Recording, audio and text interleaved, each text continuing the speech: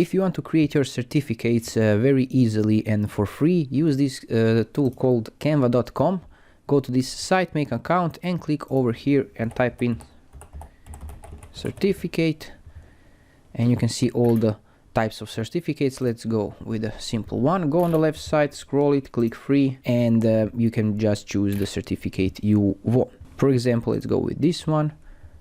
Click on it and just type in over here a name and change the text over here. You can keep the font as it is. If you want to change it, go click on the text and over here type in a script, and you can use some other fonts.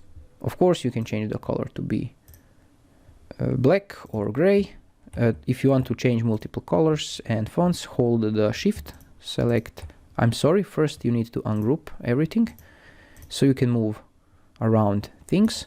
Now hold shift and select everything, all the texts, and change the text over here to be, for example, black. And if it's not working, select like this and change it. And to change the background, click on a background and click over here. And if you go to upload, you can upload your own logo or your own graphics. If you don't have it, go to elements and search over here for everything you need. To print it, go to print flyers and it will print it. If you want to print it yourself, go download and choose PDF print suggested to print it. And this is it. Thanks for watching.